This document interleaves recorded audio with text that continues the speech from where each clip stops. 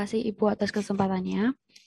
Perkenalkan saya Alia. Mohon izin bertanya.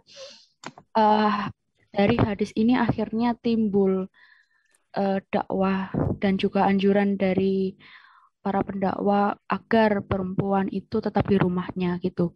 Dengan narasi bahwa perempuan yang betah di rumah itu bakal masuk surga karena pahalanya lebih besar.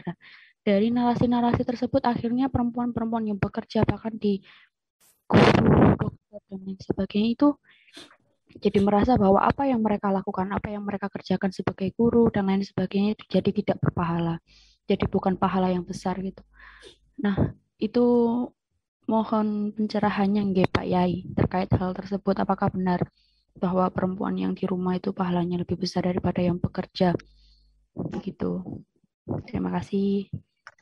Ya, langsung Mbak Istanti atau nunggu? Ya, monggo langsung aja. Ya, Mungkin yang lain bisa ya menyiapkan. itu yang saya bilang, dari satu hadis ini lalu terciptalah pernyataan-pernyataan lain. Yang salah kaprah pernyataannya, karena Anda fitnah maka Anda di rumah saja. Dengan di rumah maka Anda dapat pahala, pahalanya besar dan surga. Ini menurut saya ya salah kaprah. Kenapa salah kaprah? Karena di rumah maupun di rumah, pahala atau tidak kan tergantung kita melakukan apa. Kalau di rumahnya tidur aja ya nggak ada pahala, enak aja pahala, gitu kita kira-kira. Kecuali kalau pahala paling minimal yang disebut dalam tasawuf atau dalam fikih itu, ketika kita pasif tidur tidak melakukan kejahatan itu dapat pahala asal ada niat, itu mungkin ya. Tetapi kan perempuan adalah seperti yang saya bilang di awal adalah manusia bermartabat, hamba Allah dan khalifah, itu kan dipanggil juga oleh seluruh hadis, seluruh ayat untuk berbuat baik, untuk menjadi orang yang bisa bekerja. Itu ayat kerja di Quran banyak sekali, masa dinasakh semua, dibatalkan semua oleh ustadz-ustadzah itu. Tentang bekerja, tentang melindungi, tentang berbuat baik, mencari fadlun minallah, anugerah Allah. Itu kan banyak sekali. Man sa'ali ahlihi, man sa'ali nafsihi, fahuwa fi sabilillah. Itu kata-katanya man loh. Barang siapa yang mencari anugerah untuk dirinya agar tidak meminta-minta, itu fi sabilillah. Loh kemana hadis itu? Itu hadis hanya karena hadis fitnah, gugur semua hadis, gugur semua ayat. Ini problem besar kita. Nah, karena itu Mbak Alia, ayo bangkit jadi dakwah, jangan takut sama ustadz-ustadzah itu, Anda juga perlu bangkit, pasang status kalau bisa. Ada hadis ini kok jadi hilang semua hadisnya. Apakah ayat hadis tentang taraktu fikum fitnatan artinya perempuan keluar rumah lah? Ada nggak kata-kata, di rumah saja. Ada kata-kata begitu, jangan kerja, jangan jadi buruh, jangan jadi PNS. Ada nggak kata-kata begitunya? Tidak ada. Itu hanya ada dari mulut orang-orang yang sejak awal ingin meletakkan perempuan sebagai masalah. Tapi kalau kita anggap perempuan sebagai anugerah sama berkah, ya mari bareng bagaimana menciptakan kehidupan ini yang lebih baik. Tapi kan ada kenyataan bahwa di luar rumah perempuan akan digoda. Ya pertanyaannya ketika dia digoda itu apa karena perempuan atau karena ada laki-laki? Kenapa tidak yang menggoda yang suruh keluar rumah, suruh dalam rumah gitu, misalnya. Nah, kalau ada perempuan yang digoda, diganggu, ya mari kita kelola bagaimana agar itu tidak terjadi.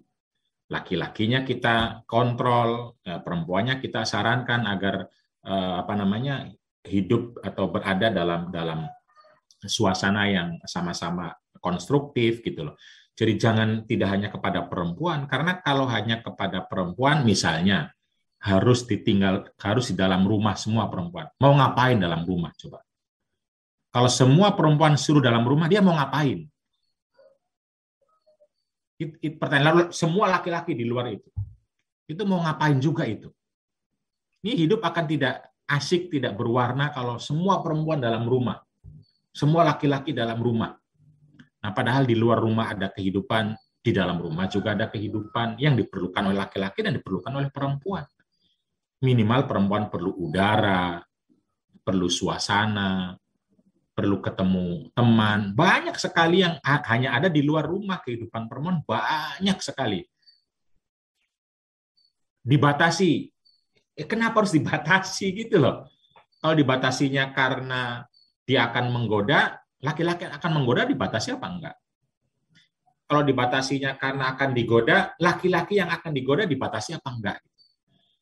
Nah, kalau kita cara pandangnya hanya perempuan, itulah warisan, kalau kata Mbaknya Ainur Rofiah, warisan dari budaya masa lalu di mana perempuan tidak dianggap sebagai manusia penuh atau manusia utuh. Nah, manusia utuh itu kan ada spiritualitas, ada akal, ada tubuh, yang dia memerlukan ekspresi, memerlukan apalagi modal, memerlukan yang dalam Al-Quran disebutkan apa namanya fantasyiru fil ardi, ziarah, apalagi banyak sekali loh yang diperlukan oleh kita semua, tidak hanya perempuan, laki-laki sebagai manusia itu yang nggak mungkin di dalam dalam rumah, dalam sangkar, nggak mungkin. Coba bayangkan, mari kita bayangkan kalau iya semua perempuan dalam rumah saja itu, apa betul akan pahala yang keluar?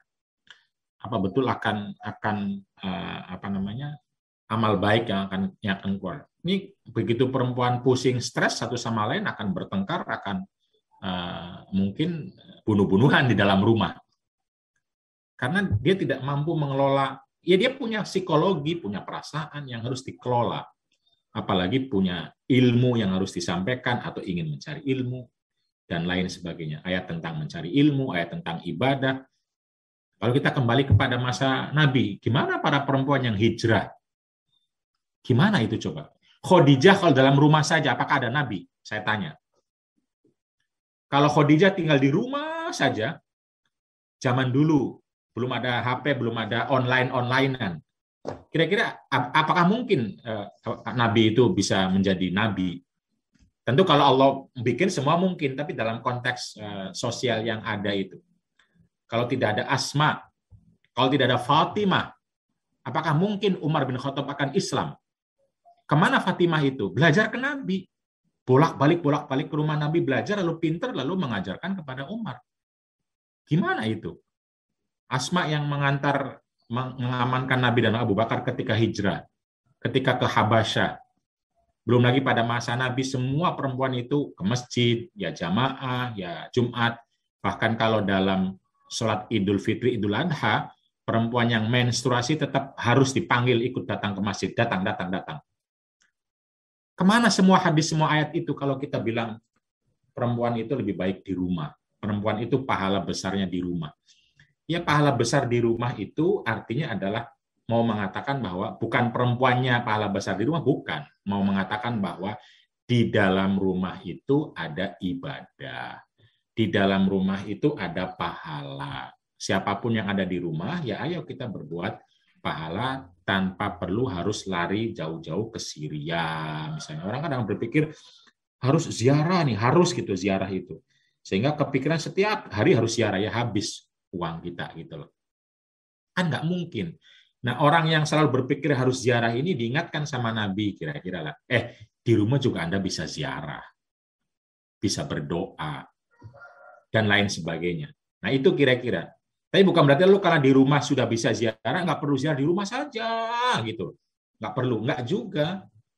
Karena ketika berziarah, Anda bisa tidak sekedar ziarahnya, Anda bisa belajar yang lain, ketemu yang lain, paham yang lain. Karena itu fasiru fil ardi fanduru. Pergi, lihat, pelajari, ambil hikmah gitu. Gitu Mbak Alia, saya kira kita tantangannya cukup besar, karena itu saya perlu orang seperti Mbak Alia untuk tampil dan Alia-Alia yang lain. Oke, bagaimana Mbak Alia?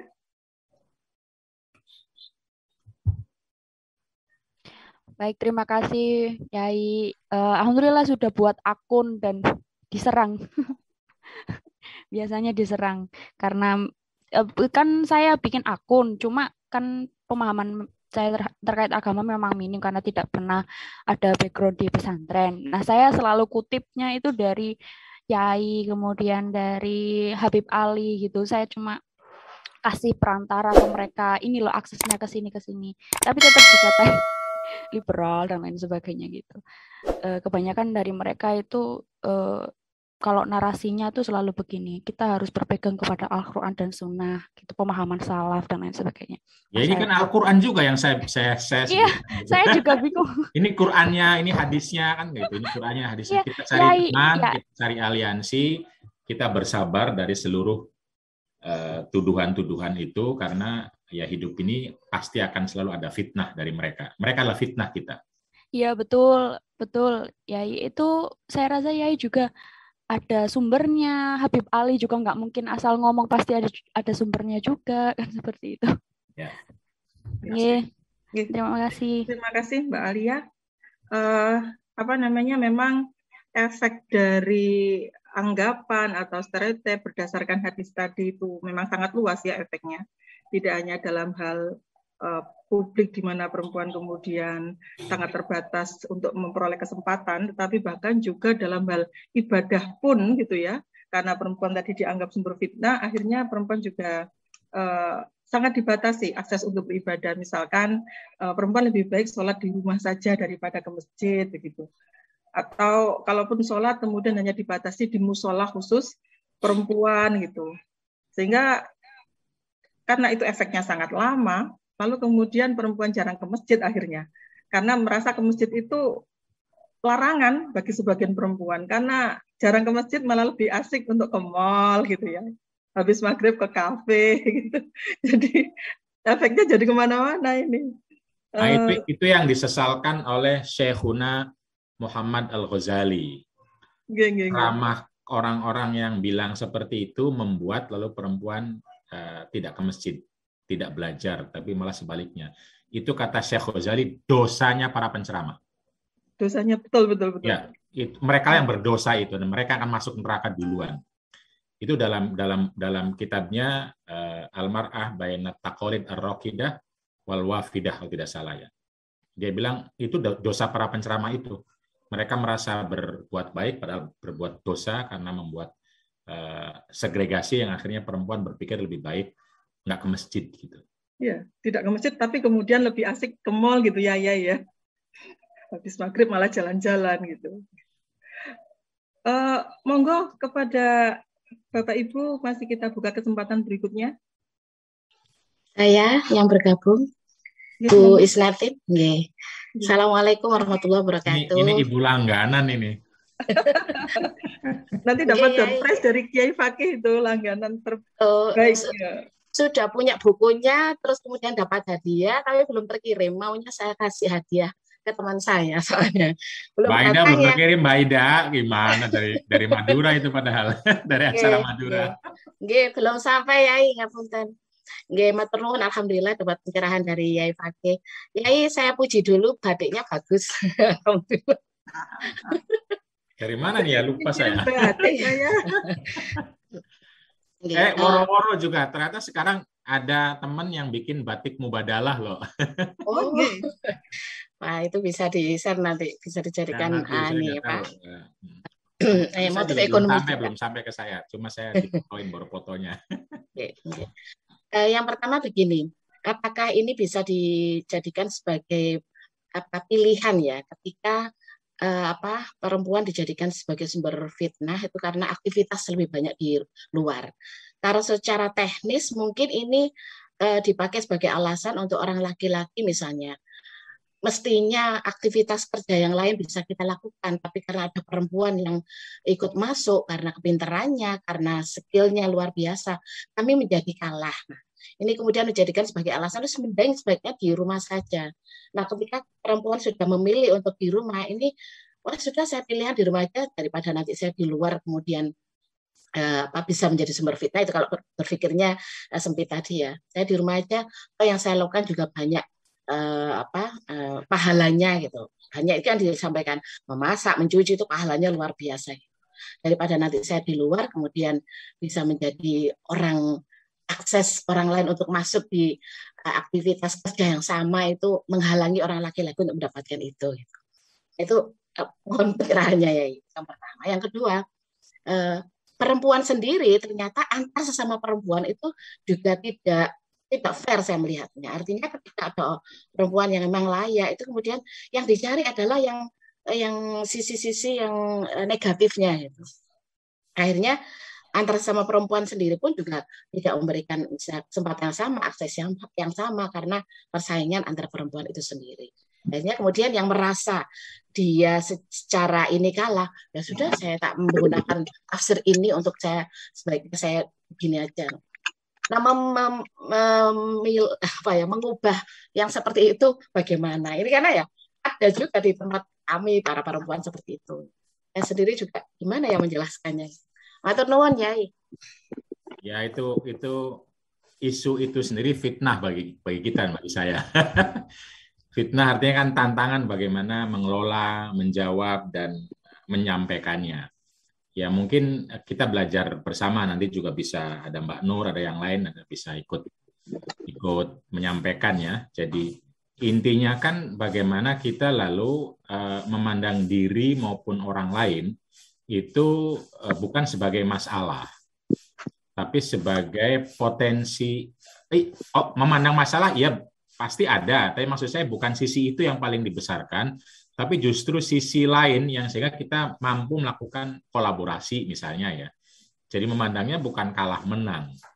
Memandangnya justru kalau ada perempuan pintar, apa yang kita bisa manfaatkan, kita dapat kebaikan lebih baik gitu loh. Bukan malah lalu tersingkirkan lalu marah-marah gitu misalnya. Nah itu kan cara memandangnya. Nah begitupun antar perempuan, laki-laki atau perempuan siapapun ya boleh saja mau memilih di rumah, tapi tanpa harus mengatakan bahwa ada fitnah yang akhirnya orang takut gitu loh. Takut untuk karena ada banyak hal harus dilakukan di luar rumah, banyak sekali. Jadi orang memilih lebih nyaman di dalam rumah, kan dalam rumah ada ibadah ya bagus, tapi juga harus dipikirkan bahwa tidak semua ibadah itu ada dalam rumah. Kan begitu juga, biar kalau ada orang memilih keluar rumah, ya dia juga bagus gitu. Jangan sampai lalu seakan-akan hanya dirinya yang bagus karena milih dalam rumah. Nah, begitupun orang yang ada di luar rumah juga tidak merasa bahwa perempuan apa sih, ini bukan aktivis dalam rumah saja gitu. Bukan juga begitu, karena kita tidak tahu problem yang dihadapi oleh seseorang. Mungkin ada kesakitan tertentu, mungkin ada problem fisik tertentu, kita tidak tahu, atau ada komitmen tertentu sama keluarganya, sama orang tuanya, atau seperti perjanjian sama, saya tidak tahu, kita tidak tahu. Nah itu saya kira penting untuk saling menghargai bahwa di rumah baik, di luar rumah juga baik, mari saling sinergi. Di luar rumah ada keburukan, di luar rumah juga ada keburukan, mari saling waspada. Nah itu kira-kira ya narasi kita bagaimana agar lebih mubadalah, dalam arti keburukan kebaikan ada dimanapun, mari kita waspada pada keburukan, mari kita berpacu berkolaborasi untuk menciptakan kebaikan. Kita memilih manapun harus paham dengan kondisi pilihan orang lain, yang bisa jadi hanya itu menurut dia yang paling mungkin misalnya, sehingga kita tidak menyalahkan orang lain hanya karena pilihannya misalnya dia banyak aktif di luar rumah, dan itu dalam banyak hal penting dan punya manfaat besar bagi umat gitu misalnya. Jadi gitu aja. Tapi saya juga tidak tahu apakah jawaban ini pas, karena tentu saja akan selalu ada masalah dalam hidup ini, dan itu adalah fitnah kita bersama, Mbak Rosiana. Dan saya yakin Mbak Rosania, ini nanti kilanya Rosalia Silali. Jadi mari kita cari pengetahuan, kearifan dari berbagai sumber untuk bersama-sama menjawab dan merespon ini secara lebih baik, tanpa meletakkan nanti perempuan sebagai sumber masalah, karena memang bawah sadar kita itu sudah cukup lama untuk laki-laki menyalahkan perempuan, antar perempuan saling menyalahkan. Nah ini bawah sadar inilah yang saya kira mari kita kelola, pahami, kenali, lalu bisa nggak munculnya itu bukan ya perempuannya sih gitu, nanti kitanya belajar tidak muncul begitu. Tapi mari kita lihat lingkungannya bagaimana, Yang lingkungan itu ada laki ada perempuan misalnya. Aturannya bagaimana, cara pandangnya bagaimana. Sehingga akhirnya perempuan masih punya ruang untuk berkembang, untuk berubah, untuk bertransformasi karena kita memiliki cara pandang yang ikut menguatkan gitu. Jadi ketika ada perempuan saling menyalahkan, kita tidak langsung bikin kesimpulan tuh kan kalau perempuan memang saling menyalahkan gitu loh. Jangan punya kesimpulan begitu karena laki-laki saling menyalahkan juga banyak, Bu. Banyak sekali gitu loh. Tapi kita kasih ruang misalnya, itu bisa jadi karena bawah sadarnya ada perempuan yang saling menyalahkan, tapi sesungguhnya ada potensi lain, sesungguhnya ada ruang lain gitu loh. Ya sudah, kita tidak perlu bicarakan lebih besar, nyaring diehokan, tapi yang kita nyaringkan adalah peluangnya, potensinya, kemungkinannya, sehingga tidak kita simpulkan besar-besar perempuan saling menyalahkan. Karena laki-laki juga saling menyalahkan, nggak kita simpulkan, Mbak Rosania. Jadi itu kita kecilkan. Ini sama kayak cara pandang kita, hadis perempuan sumber fitnah besar sekali, padahal ratusan hadis tentang fitnah lain nggak kita kelihatan. Nah itu bawah sadar. Nah bawah sadar ini mari kita kenali agar kita tidak terjebak lalu perempuan tidak punya ruang atau kurang ruang lebih baik untuk mengembangkan dirinya hanya karena alasan ya perempuannya saling menyalahkan ya dan lain-lain. Padahal ada banyak yang mengapresiasi, perempuan lain mengapresiasi, laki-laki lain mengapresiasi, itu yang kita buka, itu yang kita kenalkan. Jadi Mbak Alia dibully misalnya sama perempuan, jangan melihat perempuan tuh membuli, jangan begitu melihatnya. Tapi lihatlah bahwa hidup ini tidak akan pernah lepas dari bulian, mau laki mau perempuan, mau dari laki mau dari perempuan. Anda jangan patah semangat hanya karena dibully. Wong Nabi Muhammad saja dibully. Nabi Musa saja dibully. Bahkan ketika Nabi Musa minta kepada Allah, ya Allah bebaskan aku dari bulian, kata Allahnya, wong saya aja dibully. Gitu. Jadi jangan ngelihat, tuh kan perempuan, jangan itu yang dilihatnya. Tapi lihatlah ini sebagai tantangan bahwa kalau Anda maju, kalau Anda pengen maju, Anda pengen berkembang, maka kita pasti akan ada tantangan-tantangan. Ada fitnah-fitnah. Mari kita respon dari manapun fitnahnya tanpa melihat itu dari perempuan, tapi sebagai sebuah tantangan agar kita semua bisa tetap punya ruang, harapan, teman, otoritas, Quran, apalagi. Saya kira banyak ya terbuka untuk itu agar kita akan terus melihat perkembangan lebih baik bagaimana manusia, laki-laki dan perempuan dimanusiakan, semakin utuh sebagai hamba manusia bermartabat dan khalifah dengan seluruh spiritualitas, akal, budi, dan kiprah sosialnya terlihat semua. Baik, terima kasih. Saya kira cukup untuk tanggapan yang kedua. Ini masih bisa dibuka lagi, Yai? Enggak, masih ada. Silahkan itu ada Mbak Nur, Mbak Iin. Atau kita buka yang di room chat ya? Monggo terserah Mbak Isnatin aja. Okay. Saya tamu sampai tuan rumah. Jadi terima kasih. Ini ada beberapa pertanyaan yang mungkin masih bisa dilanjutkan di pertemuan berikutnya tentang mengapa wanita menjadi imam masjid tidak boleh, kemudian tentang ini masih ada diskusi lagi di pertemuan berikutnya. Kalau untuk perempuan dilarang menjadi imam masjid itu ada di hadis ini saya buka, ada perempuan hadis ke 142. Berarti mungkin nanti pertemuan ke 9, 10, 11, 12, ke 13. Khusus untuk pembahasan tentang mengapa perempuan tidak bisa menjadi imam masjid, insya Allah akan dibahas di pertemuan ke-11 atau ke-12. Gitu.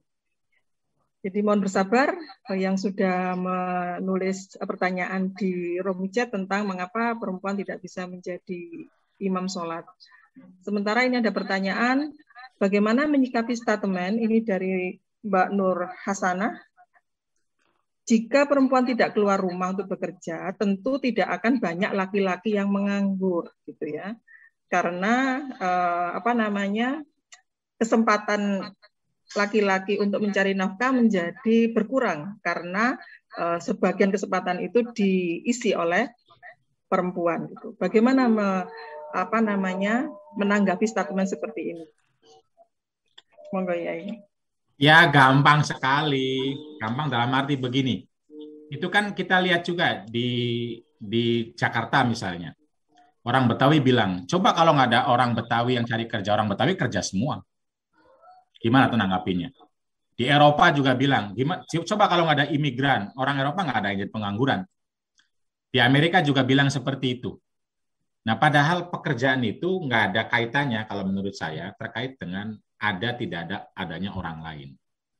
Justru bisa jadi karena ada orang lain, kita tertantang terbuka pekerjaan-pekerjaan lain. Itu cara berpikir kolaborasi itu. Karena pada prakteknya misalnya, ini misal, kalau betul perempuan di dalam rumah semua, apakah betul semua laki-laki itu mau bertani? Mau nggak tuh? Ada sawah banyak, pada mau tani nggak? Orang tuh bekerja atau tidak, itu nggak ada kaitannya sama banyak tidaknya orang saja, tapi ada banyak faktor. Faktor peluangnya dibuka apa tidak, orangnya mau apa tidak, mentalnya seperti apa. Kenapa sawah banyak tapi nggak ada mau jadi tani itu? Orang maunya sekolah, mau jadi dosen, semua PNS semua. Itu kan karena soal mindset, bukan sekedar laki dan perempuan. Jadi kita diberikan mindset untuk apa istilahnya, melipur atau bukan melipur, bahkan memaklumi laki-laki yang tidak bekerja karena adanya perempuan. Gitu. Padahal kalaupun nanti misalnya perempuan ke rumah semua, laki-laki ada di luar, logikanya memang katanya adalah lalu pekerjaan perempuan akan diambil sama laki-laki. Pertanyaan, betul nggak perempuan mau ngambil itu? Laki-laki mau ngambil itu? Betul tidak pekerjaan-pekerjaan yang sudah dilakukan sama perempuan, misalnya menjahit, misalnya bikin rokok gitu, ngelinting rokok, mau nggak laki-laki itu? Itu 5.000 orang keluar, masih keluar dari pabrik, berapa ribu orang mau kerja itu? Saya nggak yakin laki-laki mau, nggak yakin itu. Nah, itu yang pentingnya kolaborasi dalam hidup ini. Ada orang mau, ada orang tidak. Kadang-kadang kita tertantang. Orang-orang Eropa tuh baru tertantang kerjanya ketika ngeliat orang Asia mau jadi cleaning service, gajinya besar. Orang Eropanya kan nggak mau cleaning service, gitu loh misalnya. Nah itu gimana tuh gitu-gitu itu. Jadi nggak ada kaitannya. Ya ada tentu saja dikit-dikit, tapi untuk mengatakan bahwa kalau di Australia tidak ada orang Asia, maka semua orang Australia akan bekerja. Bohong. Kalau di Australia nggak ada orang Asia, justru tidak akan ada kehidupan. Tidak akan peradaban. Karena nggak ada kolaborasi. Nah, kalau di luar rumah tidak ada perempuan, maka tidak akan ada kehidupan. Besok langsung kiamat. Coba aja kalau nggak percaya. Nggak akan ada kehidupan, orang tidak tahu harus berbuat apa, mengembangkan apa, gitu loh. Dan lain sebagainya. Apa yang harus diperlukan? Saya kira tidak begitu ya, itu kan logika yang memang sejak awal pengen mengatakan salahnya perempuan. Ini logika yang mulainya dari situ. Nah, karena itu ya akan dibesar-besarkan logika yang lainnya. Karena itu ya mari kita membuat logika yang mubadalah, yang keadaan hakiki. Harus banyak belajar sama Mbak Nur. Sehingga terbuka logika-logika lain yang saya kira banyak sekali itu. Dengan meletakkan keadaan hakiki, kita akan tahu bahwa ada banyak ruang yang ketika sudah diciptakan oleh perempuan, akan tercipta ruang-ruang lain. Ruang-ruang lain. Nah, sekarang itu misalnya begini, kalau kita baca Noah Harari, semua pekerjaan akan hilang karena ada robot. Itu gimana tuh nanti?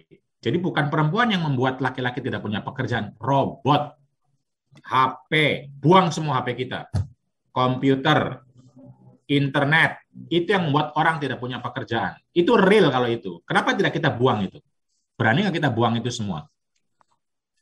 Tetapi ternyata Nohari membuat sebuah asumsi baru bahwa ya ada robot, enak dong untuk pekerjaan-pekerjaan yang capek kita melakukannya, serahkan ke robot.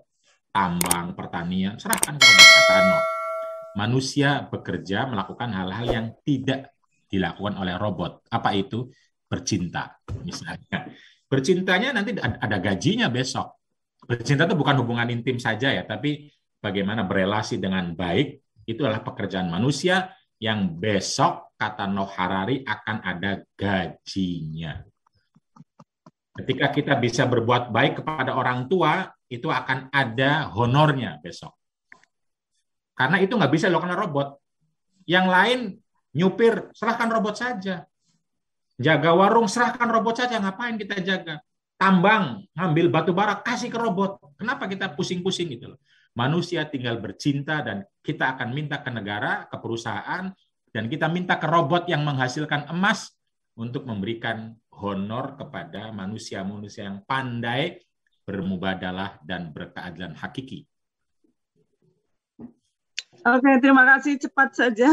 Makasih Kang Fakih, saya dari awal loh nyimak, nggak cuma Bu Rektor CIL. Jadi karena ini penting sekali forum ini untuk ngecas ya, dan saya memerlukan sekali. Saya mau nyambung apa yang disampaikan oleh Kang Fakih tadi soal alam bawah sadar ini ya, karena Islam itu hadir di satu masa di mana perempuan itu masih dianggap sebagai objek benda sehingga bisa dikubur ketika lahir hidup-hidup sebagai bayi, lalu dijadikan barang warisan. Dan cara pandang perempuan sebagai benda itu terus berlangsung berabad-abad lamanya. Tradisi yang membahayakan itu mungkin sudah punah, tapi cara pandang seperti tadi itu sudah punah atau belum gitu.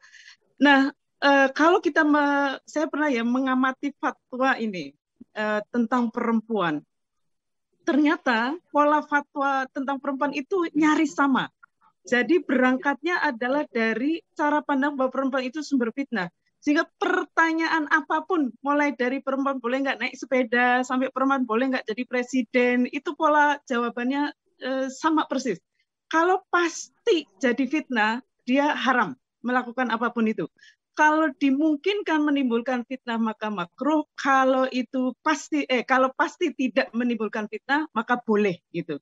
Nah, cara pandang seperti ini tentu saja ini yang dihapus oleh Islam gitu, karena di dalam Islam fa'alhamaha fujuraha wa taqwaha itu artinya adalah laki-laki dan perempuan itu punya potensi untuk berbuat buruk sehingga menjadi fitnah dan berbuat baik sehingga menjadi anugerah gitu. Karena pola fatwanya mestinya diubah ya, dan ini yang dilakukan oleh KUPI kan begitu. Jadi kalau pasti menimbulkan maslahat, bahkan kalau itu harus demi kemaslahatan maka dia wajib gitu, atau harus demi mencegah bahaya maka dia harus. Kalau jadi polanya adalah kemaslahatan tadi, sehingga nanti kesimpulan dari apa yang disampaikan oleh Kang Fakih bagi saya adalah laki-laki dan perempuan itu yang paling penting adalah dimanapun berada bisa bekerja sama untuk menjadi anugerah gitu. Jangan menjadi fitnah termasuk di dalam rumah gitu. Sehingga pilihan apapun dalam hidup itu gimana caranya supaya itu bisa menjadi anugerah sehingga bisa anfa'uhum linas, menjadi versi diri yang terbaik dengan bermanfaat seluas-luasnya. Terima kasih banget Kang Fakih atas penjelasan pada pagi hari ini yang sangat penting sekali. Assalamualaikum warahmatullahi wabarakatuh.